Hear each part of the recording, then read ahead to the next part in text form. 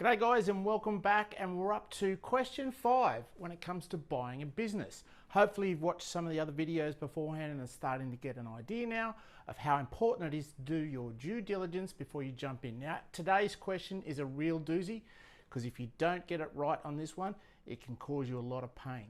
Today's question is, so how do you get on with your landlord? So when you're talking to the business owner, this is a really important discussion to have, because landlords can become, how should you put it, very difficult to deal with if you don't get a good one. Particularly if you've got a property that's got some rundown things and they're not prepared to fix it. You want to make sure that this relationship is going to be a good one. So when you ask the question, so tell me about how you get on with your landlord, take some time to watch the business owner's reaction to it.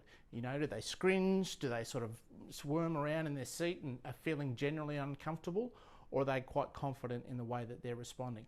And it's really important to actually book a meeting with the landlord and go and have a chat to them and find out for yourself, because it's going to be a very important relationship in you getting started in your business. You're going to have enough challenges as it is without having to worry about the landlord. So hopefully you're enjoying the video. Subscribe down below. There's a whole series of these videos on buying a business, and you can get the ebook down below. Just click register for it and you can download it instantly with the 10 best questions you need to ask when buying a business, and it includes a checklist to make sure that you cover all your bases. Thanks for watching.